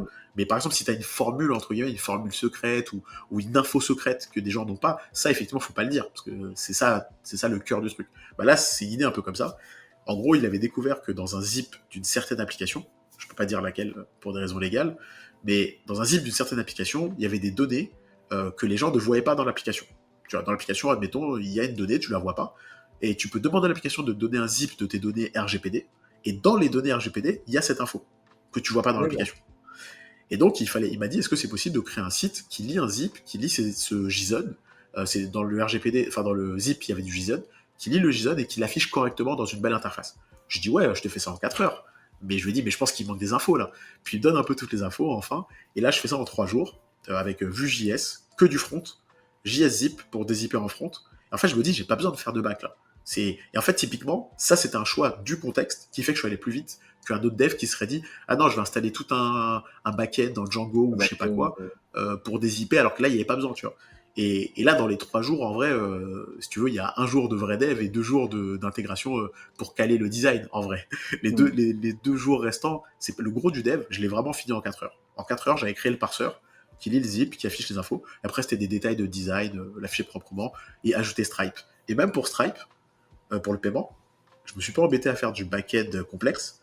J'ai tapé, je savais que c'était possible, mais je suis allé vérifier si on pouvait faire du paiement que côté front-end. Et en fait, Stripe, ils avaient quelque chose pour faire ça qui s'appelait Stripe Checkout, qui existe toujours. Mais avant, ils avaient même le SDK front-end. Maintenant, ils l'ont plus. Et en fait, avec Stripe Checkout, bah, tu acceptes un paiement, tu mets une page de redirection. Et c'est juste que si quelqu'un est un dev ou technique, bah, il peut faker et arriver sur la page de redirection et te dire j'ai payé. Donc toi, tu n'as aucune preuve qu'il a payé. Donc il faut faire un appel back-end. Mais moi, je m'étais dit, j'ai pas besoin de faire ça. Les gens qui vont utiliser cette appli, c'était purement des gens lambda. Ils sauront pas tricher. Et même s'ils le savent, c'est 0,01% de la population. Donc en fait, au lieu de me prendre la tête à gérer le paiement, les webhooks côté back, j'ai fait que le paiement côté front. Et ça, c'est encore un exemple de ce qui fait que je me suis dit, je suis pas Facebook, c'est pas une grosse appli, c'est une appli qui fait un truc, lire un zip, on va au plus rapide. Donc Vue.js, JS-Zip, Stripe Checkout, Google Analytics pour loguer les erreurs et les comportements, finito. En 3 jours, j'ai fini ça. J'ai mis ça en ligne sur justement un hébergeur mutualisé qui me coûte 5 euros par mois où je mets plein de petits projets. Donc quasiment les projets, ils me coûtent 1 euro par projet presque, tu vois. Et voilà. Et en fait, ce projet, au bout de, je crois, 1 semaine, on voit que ça fait quelques ventes. La promotion, on l'a fait via YouTube. On a fait une vidéo YouTube qui vise le mot-clé comment retrouver les données RGPD de Intel, enfin, comment retrouver les données de Intel. Et on fait 2 vidéos YouTube et tout. Ça commence à prendre. Et en fait, au bout de, je crois, 3 semaines, on voit que ça stagne un peu. Que ça prend un peu, mais ça stagne et tout. Donc je vois dans Google Analytics que j'ai quelques erreurs. Je fixe les 2-3 erreurs que j'avais. Notamment, les gens, ils mettaient des zips trop gros. Et en fait, ce que je stockais, ça dépassait la taille du local storage. Et ça, j'ai pu le voir que parce que j'ai mis Google Analytics. Et donc, j'ai fixé des petits trucs, etc. Et j'ai ajouté PayPal. J'ai tapé PayPal Client Only. J'ai trouvé qu'il y avait un truc de paiement PayPal pour la partie front-end seulement, sans faire de back. J'ai ajouté ça et dès qu'il y a eu ça, bam, c'est monté. Je crois qu'on a atteint au pic 1500 euros par mois, revenus générés, et ça tournait tout seul, qu'avec des vidéos YouTube et ce truc-là. Mais si j'explique ça, c'est pas pour la partie monétaire en vrai, c'est pour la partie choisir les bonnes technos en fonction du contexte. Là, si j'étais parti sur ce que j'ai fait par exemple sur Teacheasy, qui est du Laravel, Vue.js avec une architecture un peu complexe, j'aurais mis 4 mois à dev ça ou 3 mois à dev ça, alors qu'il n'y a pas besoin. Il y a des choses qui n'ont pas besoin d'être plus complexes qu'elles ne sont. C'est ça. Il faut vraiment choisir la bonne stack pour le bon contexte. Tu vois. Là, je savais que c'était un petit truc, et donc voilà. Et en plus, si ça n'avait pas marché, j'aurais perdu que 3 jours. Quoi, tu vois. En fin de compte, ça a super bien fonctionné parce que tu as vraiment su cibler. C'est très important, c'est vrai qu'il faut le rappeler, c'est quelque chose qu'il faut rappeler que ça ne sert à rien d'utiliser la techno à la mode parce que c'est à la mode. Si C'est tu ça. fais un simple site vitrine, importer Laravel ou React, enfin je veux dire, HTML, CSS, JavaScript natif fait largement l'affaire, par exemple pour un site vitrine. Ça sert à rien de ramener du Laravel parce que bah, Laravel en ce moment il est super à la mode, parce qu'on peut maintenant, je sais pas si tu as entendu parler de Fusion, je crois que c'est Ah si, Fusion. j'ai vu, j'ai vu. Ouais, j'ai vu, j'ai vu. Maintenant on peut mettre du PHP, c'est formidable. Je sais pas si tu l'as encore testé. Tu l'as testé déjà ou pas encore? Non, parce qu'il Non. l'a pas sorti encore, Aaron Le... Francis. Il l'a pas sorti officiellement. Il a juste fait une petite démo. Ouais. J'ai même moi commencé à essayer de recréer un parseur là pour voir comment il avait fait. Grosso modo, bah, je sais pas si on peut parler de technique un peu là ou si c'est trop technique Non, dans le non, vas-y, podcast. y a Mais pas de souci. en gros, ce qu'il a fait, c'est que parce qu'il a juste fait une démo et après il a fait une longue vidéo YouTube où il explique un peu, etc. Alors déjà, ce qu'il faut savoir, c'est que c'est basé sur Inertia. Donc Inertia qui permet d'utiliser du React ou du Vue dans un projet Laravel, mais sans faire d'application standalone. C'est-à-dire que ça charge le Vue.js et le Inertia dans Laravel directement, ce qui est très intéressant. Parce que tu n'as pas besoin de créer d'API, en fait, tu crées juste des routes et tu fais ce que tu fais d'habitude avec des contrôleurs actions sans créer d'API, en fait. Et lui, il a fait ça par-dessus. Parce qu'en fait, ça le saoulait de, je pense, se dire qu'il faut écrire le PHP de Inertia bah, dans l'action du contrôleur. Et de l'autre côté, faire le front séparé. Et en fait, c'est un peu chiant dans un contexte où tu sais que ce que tu fais, c'est mieux d'avoir la data, de dire j'ai cette data, elle est utilisée dans ce template et tu le vois au même endroit. Tu vois. Euh, et donc, il s'est dit, est-ce que ce serait possible de parser le PHP euh, le contrôleur PHP, tu mets tout dans le même fichier, mais en fait, après, ce que tu fais, c'est que tu extrais le PHP, et c'est juste que tu vas aller le mettre dans l'action automatiquement, quoi. Et en gros, Ouais. c'est ce qu'il a fait. J'ai pas encore réussi à refaire à l'identique, mais j'ai réussi à trouver une petite base. C'est qu'en gros, vraiment, il est dans du Vue, il a créé un parseur sur Vite, qui en fait, au moment où il code, va extraire vraiment la balise PHP, et le code PHP, va le réadapter très rapidement, et le mettre dans un contrôleur qui est créé à la volée, en fait, tout simplement. Ça va faire une sorte de mapping et ça va créer un contrôleur à la volée. Et derrière, ça va faire ce qu'on appelle des appels RPC. C'est-à-dire que quand dans le front, il va appeler une fonction qui s'appelle par exemple, je sais pas, get baguette, j'en sais rien. En fait, la fonction get baguette, elle est générée par le parseur, elle est autogénérée par le parseur. Et dans le code de la fonction get baguette, il y a déjà tout le code qui fait l'appel d'API pour toi, enfin entre guillemets, d'API pour toi en fait. Donc ça s'appelle RPC parce que toi, t'as pas eu à écrire directement l'appel d'API, c'est le parseur qui va générer ce truc et qui va en fait appeler entre guillemets une fonction back directement, comme si t'appelais une fonction dans le back depuis le front. Mais c'est pas réellement ce qui se passe. T'appelles pas directement la fonction depuis le front, mais c'est un équivalent quoi. Tu vois. C'est Donc génial, franchement. J'ai hâte ah, de c'est tester. incroyable. Moi aussi j'ai hâte de tester là. Je pense qu'il va release bientôt parce qu'il a commencé à écrire la doc. J'ai vu 2-3 tweets où il disait qu'il a commencé à écrire la doc sur GitHub et tout. Et donc ouais, ça peut être stylé. J'ai envie de voir ce que ça va donner. Ça a créé beaucoup de débats sur la propreté du code, sur le fait, il y a des gens qui disaient ouais c'est du code spaghetti, c'est dégueu, machin, on revient à l'ancienne, il n'y a plus de séparation et tout. Et en fait ce que les gens ils comprennent pas c'est que le code spaghetti c'est pas une question de tout est dans le même fichier. C'est une question de tu mélanges des concepts qui devraient pas être mélangés les uns aux autres. Par exemple, les détails d'une requête SQL, ça devrait pas être dans la même page que ton template. Ça, c'est sûr. Parce que les deux n'ont aucun rapport. Ton template, il n'a pas besoin de savoir machin. Par contre, ton template qui a besoin d'une data qui s'appelle par exemple baguette ou to-douze, bah, il a besoin de connaître la variable to-douze. Cette variable Ah oui, to-douze, si elle, ouais. si elle, elle a une fonction qui s'appelle get to-douze, bah, c'est pas grave, ça reste clean. Ce qui compte, c'est pas d'avoir toute la requête SQL select all to do's from je sais pas quoi. Et en fait, c'est ça le plus important. Et donc dans ce truc-là, avec tout dans le même fichier, du moment que dans le code PHP, on garde que vraiment les appels fonctions et les states qui concernent cette page-là, ça restera clean en fait. Et pour moi, c'est plus ça où faut pas qu'il y ait de dérive. Faut pas que les gens ils se mettent à dire ah bah tiens, je vais appeler ma base de données directement depuis ce truc-là, alors que c'est pas bon, tu vois. Mais si t'appelles un service qui lui en arrière-plan fait appeler la base de données, bah ça reste clean. Du moment que tout est propre, tout est simple, tout est séparé. C'est un peu ce qu'on disait en plus de Tailwind CSS au moment où c'est sorti. On l'a beaucoup critiqué, ça alourdissait le HTML, nanana, qu'en fin de compte, ça apporte une solution. Et alors aujourd'hui, c'est le framework le plus utilisé à l'heure Non, d'aujourd'hui. c'est ça. Ah, C'est c'est vrai clair. que, Il a fait fort Adam Wathan. ouais, Vraiment, c'est vrai que Tailwind, il a fait fort. Et comment, justement, avant de passer au quiz, J'aimerais te poser une petite question. C'est ton langage de prédilection, c'est PHP. Pour le bac, ouais. Pour le bac, PHP, ouais. Alors, qu'est-ce que t'aimes, comment tu peux expliquer ces petits haters en ce moment, cette rivalité où on dit que PHP c'est fini, alors que bon, moi personnellement j'adore PHP, je fais du PHP, JavaScript, je suis plus spécialisé en JavaScript, mais j'adore PHP. Moi quand j'ai découvert Laravel, c'était un, c'était une dinguerie pour moi. Je trouve que PHP est très performant, mais, euh, mais comment t'expliques cette petite rivalité qu'il y a entre JavaScript et PHP en ce moment sur le web?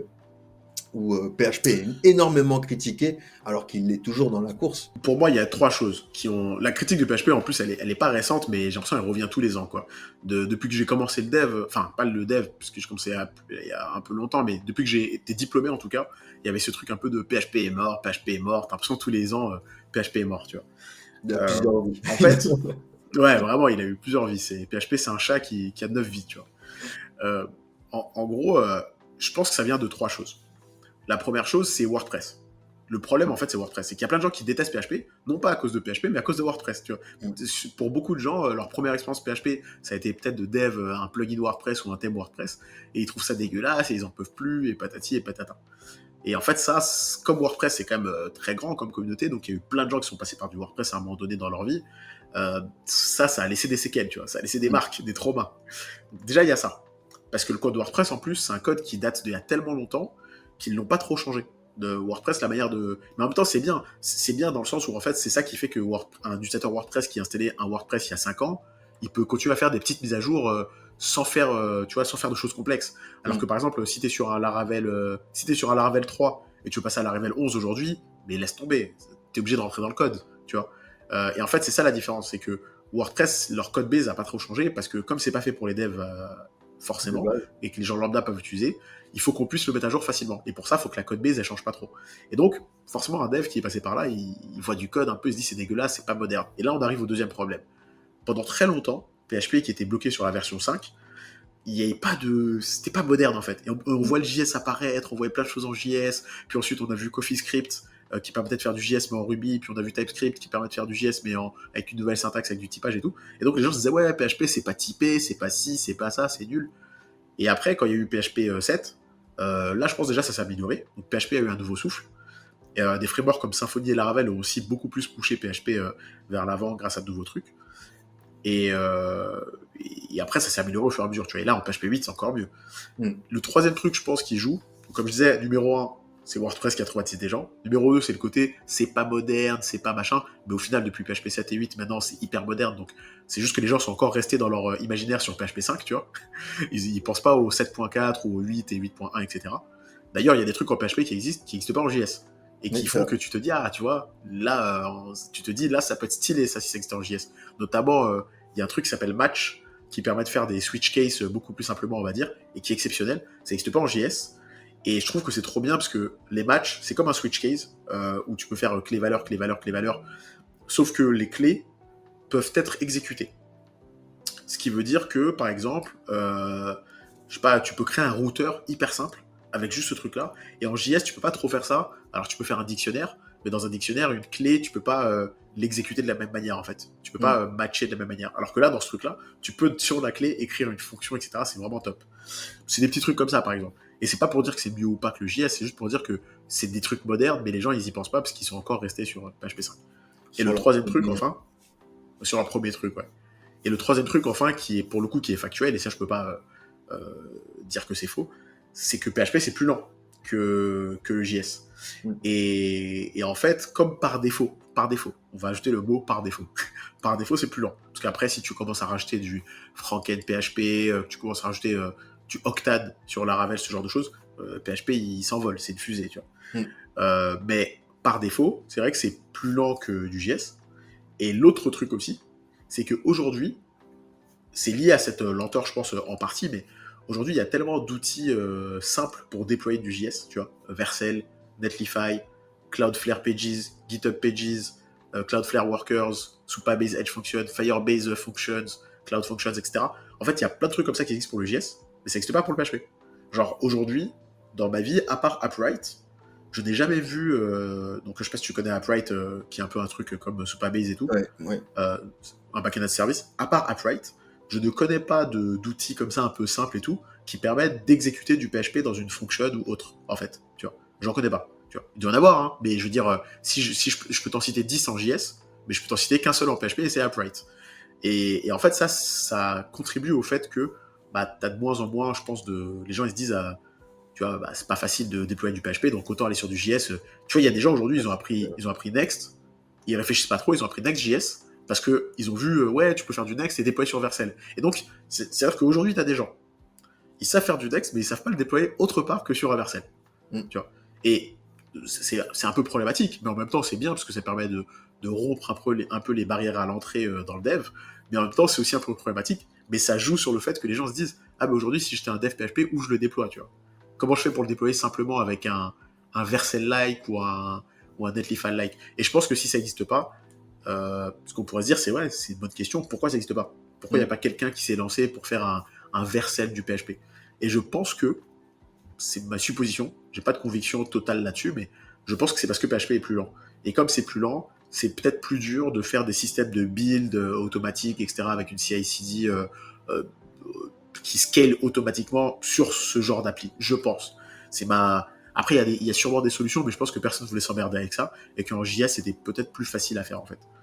Tu vois, en tout cas, c'est un peu la théorie que j'ai, et espérons que ça change avec Laravel Ah Cloud, ben, même ouais. si Laravel, ouais, tu vois, Laravel Cloud, ils vont amener quelque chose d'intéressant là, mais ce sera pas non plus du Vercel-like, mais ça va peut-être changer la donne, on verra.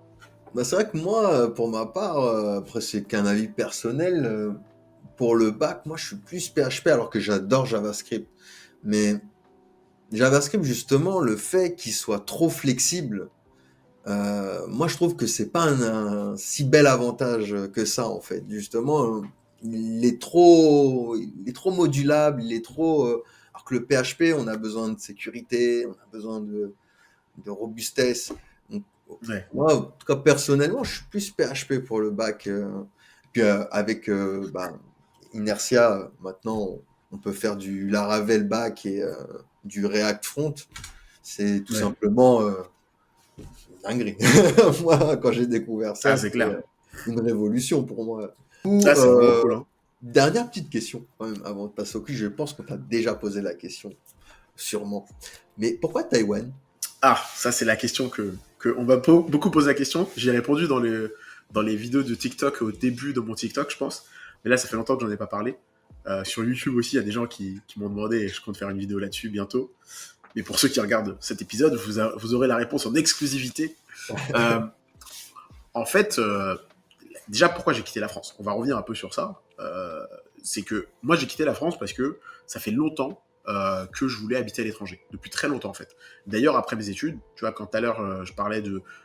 quand j'ai fini l'alternance et je me suis lancé en freelance à temps plein, en fait, je suis retourné... tu vois, je savais que je voulais cette vie de freelance à temps plein, que ça allait être difficile et tout. Donc, en fait, j'ai quitté Paris enfin l'île de France, pour retourner habiter chez ma famille à la campagne. Et j'ai accepté que pendant 2 mois, j'allais être à la campagne et je peux pas sortir, mais j'étais focus sur mes missions freelance. Donc pendant 2 mois, j'ai fait que bosser, économiser. Et en fait, après, en janvier 2014, je suis parti habiter à Londres. Donc en gros, j'ai eu mon diplôme, j'ai fini l'alternance. Pendant 2 mois après, j'ai fait que des missions freelance à fond. Et je suis allé habiter à Londres, où je continuais mes missions freelance et j'étais à fond dans l'écosystème startup. Je découvrais l'écosystème londonien, qui d'ailleurs est incroyable. Toute personne qui nous écoute aujourd'hui, qui n'a pas eu l'occasion de voyager dans des pays anglo-saxons pour voir le milieu du dev là-bas, faites-le. Vraiment, ça n'a tellement rien à voir avec la France. C'est tellement différent, vous allez apprendre tellement de choses. Et moi, j'ai adoré ma période là-bas. J'ai habité 4 mois là-bas, à Londres, et c'était trop bien. Et donc, déjà, j'ai toujours voulu habiter ailleurs. Donc, j'étais parti à Londres. J'avais déjà habité un peu à l'étranger quand j'étais plus jeune et tout. Et je m'étais dit, il faut que j'aille habiter ailleurs. Mais je ne savais pas encore où. Et les années sont passées, et je suis allé au Japon plusieurs fois en tant que fan de manga. J'ai eu l'occasion d'aller au Japon, du coup, 12 fois dans ma vie. Et donc, je voulais habiter en Asie. Tu vois, 2023, je me dis, je vais habiter en Asie. C'est le moment. Il s'est passé des choses perso dans ma vie. Je m'étais dit, c'est le moment de quitter la France. Donc, je quitte la France en mars, mais je ne sais pas encore où je vais habiter. Sachant que le Japon était exclu, parce que j'adore le Japon comme pays pour visiter, mais c'est pas un pays où je veux habiter. Donc, je voulais juste un pays en Asie, parce que j'adore l'Asie. Donc, je pars en mars. Je vais d'abord en Thaïlande. Je teste, j'aime bien. J'étais à Bangkok, trop bien, bonnes vibes et tout. Mais c'était trop le chaos pour moi. Bangkok, c'est une belle ville et tout, mais il y a trop de chaos. Donc après ça, je crois qu'après ça, je vais où? Après ça, je vais au Japon. C'était juste pour un petit voyage rapide. Après le Japon, je vais à Bali. Et donc là, je commence le deuxième pays que vraiment j'analysais pour savoir si je voulais vivre là-bas. Donc je reste à Bali pendant 2 mois. Et c'était trop bien. J'avais déjà fait Bali une fois et là, j'étais resté plus longtemps pour bien voir à quoi ça ressemble. C'était très cool, mais pareil, c'est un peu trop le chaos parce que c'est une île. C'est une île et c'est vraiment une vie comme sur une île. Donc il y a quand même de la ville et tout à certains endroits, mais il y a pas forcément de trottoir. Il y a pas faut être en scooter tout le temps. C'est pas enfin il y a des trottoirs, mais je veux dire c'est pas piéton friendly quoi. Mm. Et moi j'aime bien avoir des trottoirs, marcher, vivre ma vie. Moi je suis un citadin. Moi je suis un mec de soit du Uber, soit du BM double pied où je prends mes pieds quoi. J'ai pas de permis, donc je sais pas conduire un scooter. Je sais conduire un scooter, mais j'ai pas de permis, j'ai pas de truc et donc j'aime bien avoir une ville quand même en fait, avec un métro, etc. Et à Bali, il n'y avait pas ça. Après, je vais en Corée du Sud. Donc, la Corée du Sud, ça allait être mon choix. Sauf qu'en Corée du Sud, en hiver, il fait très froid. Plus froid qu'en France presque. Ah oui. Donc là, je me dis, bon, j'ai pas beaucoup de choix. Et un pote me parle de Taïwan. Il me dit, ah, tu devrais tester Taïwan avant de faire ton choix et tout. Parce que là, mon choix, c'était quasiment fait. C'était faire Corée du Sud pendant 8 mois dans l'année et aller 4 mois en Thaïlande, vu qu'en Thaïlande, il fait tout le temps chaud. Donc je m'étais dit, ça, c'est un bon compromis. Donc j'ai du chaos pendant 4 mois dans ma vie, et après je retourne à Séoul où là c'est carré, c'est bien. Et au final, il me dit, mon pote, teste Taïwan. Je vais à Taïwan, je reste 1 mois, et au final, après 1 mois, j'étais convaincu. Je vais à Taipei, j'habite à Taipei précisément, et Taipei, belle ville, plus petite que Séoul, donc j'aimais encore mieux, parce que pour habiter, j'aime bien une ville qui soit une bonne ville, mais pour autant, si elle n'est pas très grande, c'est encore mieux, parce que tu peux mieux visiter les choses. Donc c'est une petite ville, enfin petite dans le sens plus petite que Séoul, mais c'est plus grand que Paris. Je crois que c'est 3 fois plus grand que Paris. Donc ça reste une grosse ville. Bonne ville. Ça reste une bonne ville. Et en fait, c'est moderne. Il y a Carrefour. Donc il y a Carrefour là, voilà. Ça me rappelait la France. J'ai dit bon bah très bien. Il y a Carrefour. Il y a de la bouffe que j'aime bien. Il y a des grosses influences japonaises. Et le visa était vraiment simple. Ça a beaucoup joué dans mon choix aussi. Dans les autres pays, il y avait des moyens de faire des visas, mais c'était pas. En vrai, c'est faisable, mais plus complexe. Ici, Ouais. j'ai ce qu'on appelle une Gold Card Visa. La Gold Card, c'est un visa spécial pour les gens. Comment on pourrait appeler ça? On va résumer en disant les gens stylés, quoi. Que les gens que Taïwan trouve stylés. Et en fait, tu as plein de catégories pour être une personne stylée. Et si tu rentres dans cette catégorie, pour eux, tu es stylé. Et donc, tu as le visa. Et c'est un visa que tu peux avoir pour 3 ans sans être obligé de bosser dans le pays. C'est-à-dire que tu peux ne pas avoir de job et quand même rester là et bosser à distance. Tu fais ce que tu veux, en fait.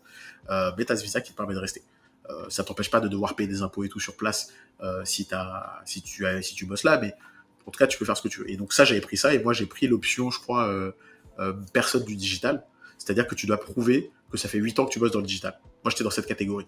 Il y a d'autres catégories, hein. Il y a des catégories genre ingénieur logiciel où tu dois prouver certains diplômes ou je sais pas quoi. J'aurais pu aussi prendre celui-là, mais j'ai pris digital parce que je sais pas, vraiment quand j'étais dans la liste j'ai pris digital comme ça. Et c'était facile en plus à prouver, il fallait juste envoyer un CV, tu vois. Alors que par exemple, pour le truc ingénieur, je crois qu'il y avait des trucs chiants. Bah, typiquement, je crois qu'il fallait peut-être un master. Et moi, j'ai pas de master, Ouais. j'ai un bac+3. Donc il y avait des petits trucs comme ça qui étaient un peu chiants et je crois que digital c'était plus simple. En fait, quand je regardais la liste et je comparais, digital ça avait l'air plus simple. Le J'ai chemin fait ça tout pour être ça. safe. Ouais. Donc voilà, je suis resté à Taïwan pour vraiment ces 3 raisons-là. Ville carrée, euh, visa facile.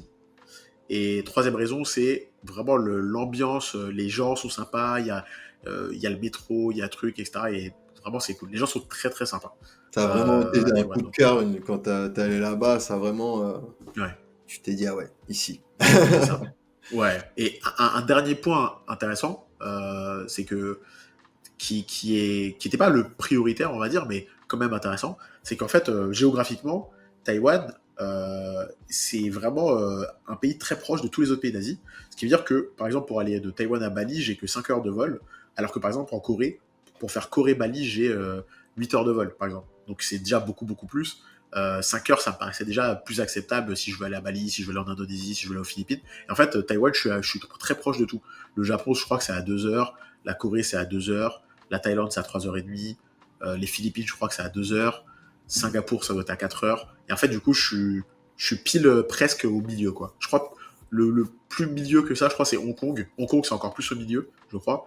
Mais Taïwan, c'est vraiment géographiquement un bon endroit pour voyager en Asie. Et vu que moi, en fait, je suis en mode nomade, c'est-à-dire que même si j'habite à Taïwan, comme base, je fais au moins 4 voyages par an. Donc j'ai besoin aussi de me dire que ça va pas me prendre des plombes de voyager, etc. Et, donc c'est cool.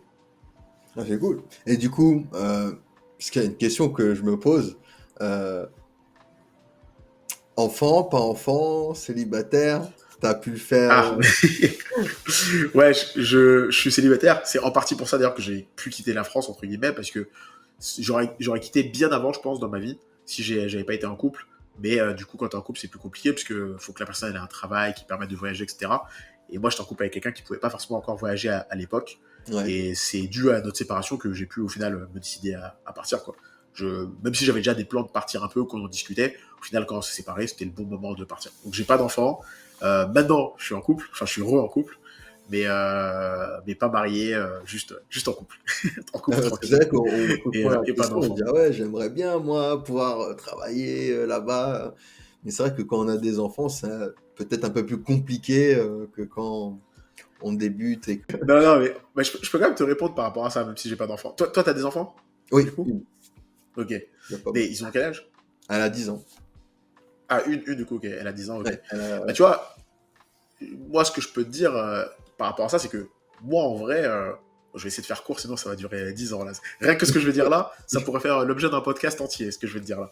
Moi, en fait, jusqu'à mes 15 ans, ouais, jusqu'à mes 15 ans, ouais. Bah, juste avant d'apprendre le dev d'ailleurs, jusqu'à mes 15 ans, j'ai toujours habité entre la France et un autre pays qui est le Bénin.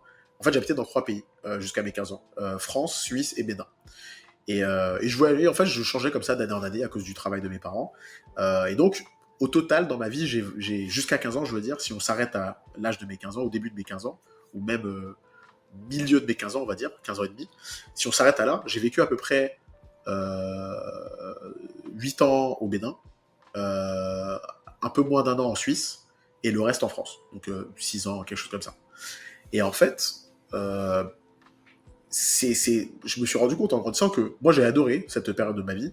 Et en fait, c'est faisable de voyager avec des enfants, tu vois. Au final, nous on voyageait parce que ma mère à l'époque elle était obligée de nous trimballer parce qu'on était jeunes. Et en fait, après 15 ans, ce qui fait qu'il n'y a plus besoin de faire ça, c'est qu'à 15 ans, j'étais assez grand pour moi rester tout seul chez moi de temps en temps, etc. Donc, ou d'aller chez la famille, d'aller chez des cousins, etc. Donc c'était plus facile en étant plus vieux. Mais quand t'es plus jeune, au final, elle était obligée un peu de se balader avec nous pour le travail. Et moi, ça m'a jamais trop dérangé, tu vois. Ce qui m'a un peu dérangé, c'est, on va dire, par exemple, quand je suis arrivé au lycée, euh, bah, je suis revenu dans un lycée dans une ville où j'avais habité en étant au collège, parce que comme je dis, c'était en alternance à chaque fois. C'était en alternance, c'était jamais d'affilée que j'habitais dans un pays. Tu vois, j'ai pas fait par exemple 5 ans d'affilée au Bénin ou 5 ans en France. J'ai fait en gros un an, presque un an sur deux en moyenne, on va dire, si on fait quelque chose comme ça. Ou 2 ans sur deux en moyenne, quelque chose comme ça. Et en fait, bah, il y a un collège que j'ai fait dans le 91. Après, je suis revenu au lycée et j'ai vu mes potes du collège. Et je me disais, c'est dommage parce que dans ma classe au lycée, je n'étais pas dans le même lycée que mes potes du collège, justement, j'étais dans un autre lycée. Et tous ceux de ma classe, bah, ils avaient des potes de primaire ou des potes de maternelle. Et en fait, je me disais, ah, bah, moi, j'ai pas ça. Ça, c'est le seul truc un peu dommage du fait de voyager tout le temps et d'avoir très souvent déménagé. Parce que du coup, même en France, je redéménageais, je changeais de ville, j'habitais à Paris, j'habitais à Ivry, j'habitais à Évry dans 91. J'ai vraiment habité dans plein de quartiers différents. Et c'est vrai que tu n'as pas ce truc-là d'avoir des amis d'enfance. Mais à part ça, c'était hyper riche culturellement de me dire que j'ai habité dans différents pays en fait. Tu vois, Ouais. c'était très très différent. Et en fait, à Bali, quand je suis allé à Bali là, quand je faisais mes voyages d'Asie, bah, j'ai beaucoup vu en fait d'expats qui ont leurs gosses, tu vois, et des gosses qui parfois sont petits, hein, qui ont 6 ans, 7 ans, 8 ans. Tu vois. Et moi-même, quand j'ai commencé à voyager, j'étais quand même très jeune. C'était depuis quasiment ma naissance en fait. Donc, je pense que tout est question un peu de comment tu arrives à structurer le truc. Moi, mes parents, ils avaient réussi à structurer le truc. Tu vois, ma mère, elle avait réussi à structurer le truc, donc je pense que ça va. Et à Bali, ceux que j'ai vus, j'ai pas eu l'occasion de parler à beaucoup d'entre eux, mais ceux que j'ai vus, etc., souvent, souvent déjà, c'est des entrepreneurs quand même.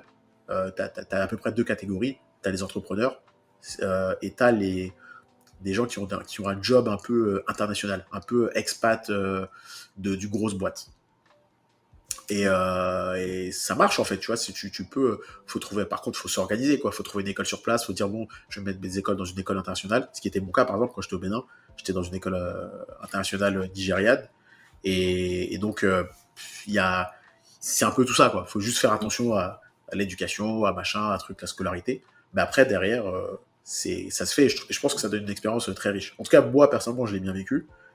Et j'ai des frères et sœurs qui l'ont bien vécu aussi, tu vois. Donc ça C'est va. pas impossible, quoi. C'est faisable, il faut C'est juste. pas, c'est pas impossible, ouais, c'est faisable.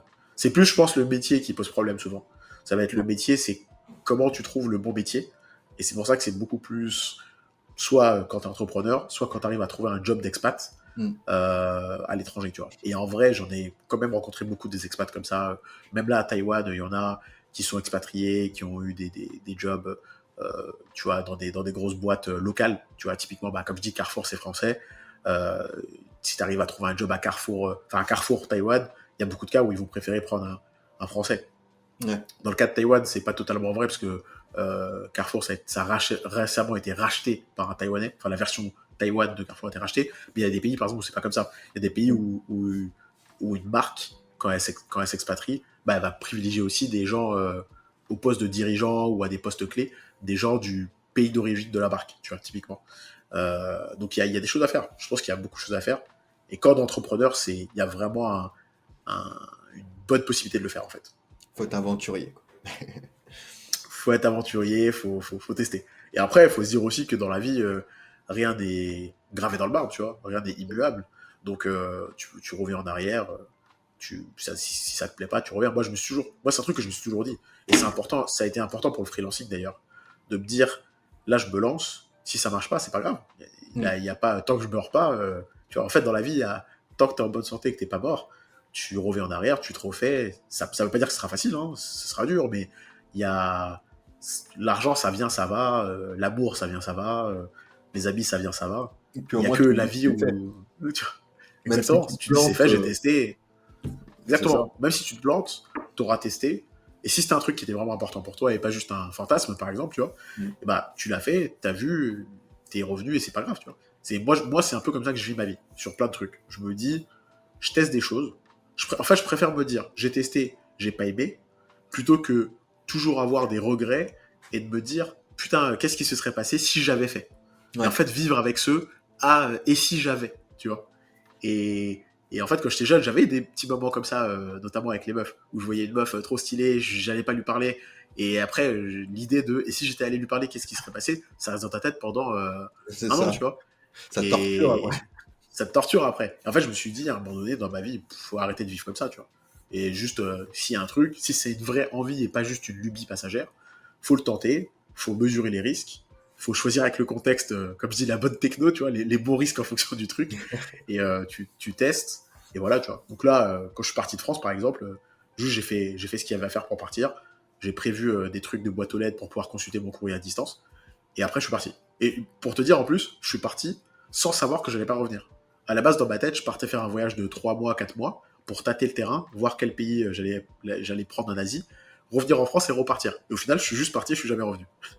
J'avais une valise et tu vois, j'ai juste une valise, mon Mac mini fixe, mon PC portable, un écran que j'ai mis dans ma valise et voilà, tu vois. Je m'étais même dit, au pire, l'écran il se casse, je rachète un nouvel écran. Et, tu vois, il y a rien d'extrêmement grave dans la vie. Enfin, c'est pas qu'il y a rien d'extrêmement grave, mais il y a rien dont tu ne peux pas revenir en arrière en fait. Tu peux, à part la santé et, comme je dis, la santé et la vie, tu peux revenir en arrière sur des trucs et recommencer. Ce sera dur, mais si ça en vaut la peine, il faut essayer.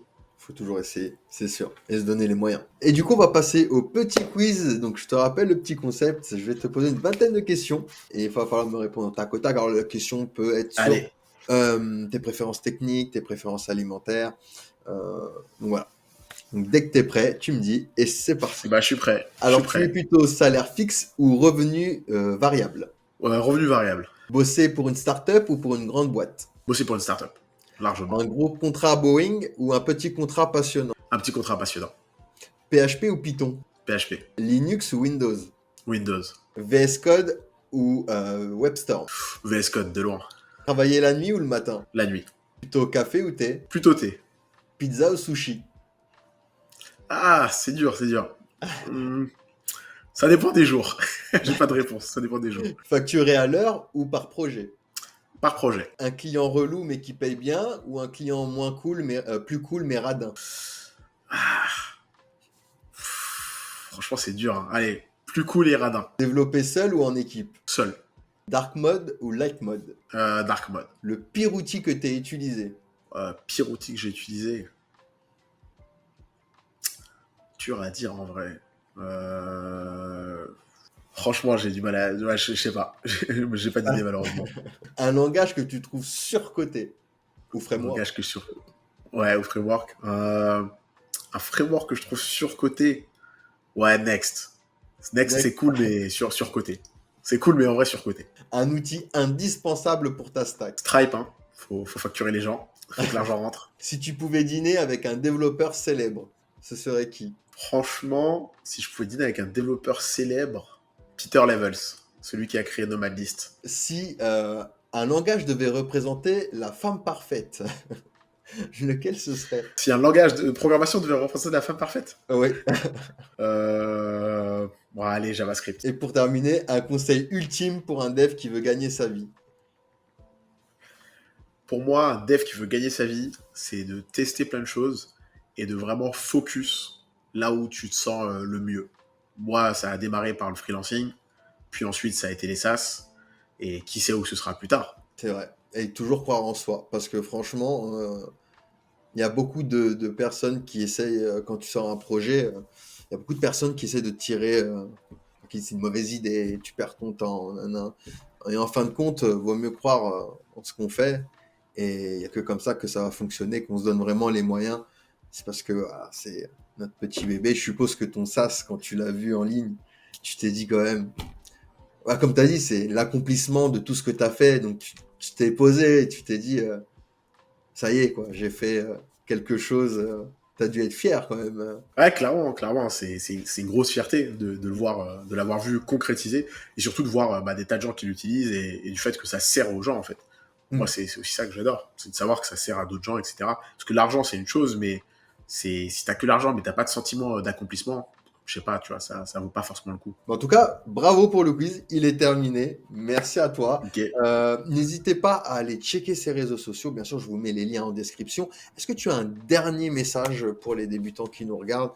Un dernier conseil, peut-être? Ouais, clairement, le plus gros conseil que je vais vous dire, vraiment, c'est il n'y a pas de résultat sans sacrifice minimum. Vraiment, il n'y en a pas. Et ça, c'est pour tout. Que ce soit en entrepreneuriat, que ce soit pour une reconversion dans le dev, que ce soit pour une reconversion dans quoi que ce soit d'ailleurs. Il faut à un moment donné accepter que la vie, elle est injuste, c'est triste. On peut pas malheureusement changer le monde. Et donc, parfois, il va falloir sacrifier des choses. Parfois, ça va être passer un peu plus de temps à travailler au lieu d'aller à cette soirée que tu as envie d'aller. Parfois, voilà. Il faut savoir sacrifier des choses. Pour autant, il faut aussi trouver les moments de savourer les petites joies de la vie. Voilà. Et trouver du bonheur dans les petites choses. Le bon équilibre entre sa vie professionnelle et quand même sa vie privée. C'est vrai, parce que passer son temps. Tous les développeurs ne sont pas derrière leur PC dans le noir, enfermés entre quatre murs. C'est vrai. Merci en tout cas de ton honnêteté, de ton temps surtout. Parce que je sais que le temps, c'est très important, surtout pour les devs. Donc merci en tout cas d'avoir accepté l'invitation. De rien. Les jeux, c'était un grand plaisir de t'avoir C'était un plaisir pour moi accueilli, aussi. d'avoir traité ce sujet avec toi. Et n'hésitez pas à aller checker. Il partage énormément de tips et astuces sur ses réseaux sociaux. Donc n'hésitez vraiment pas à aller checker ses réseaux sociaux, hein. Je vous mets bien sûr tous les liens en description. C'était tout pour moi et je vous dis à la prochaine pour une future vidéo. Ciao, ciao les amis.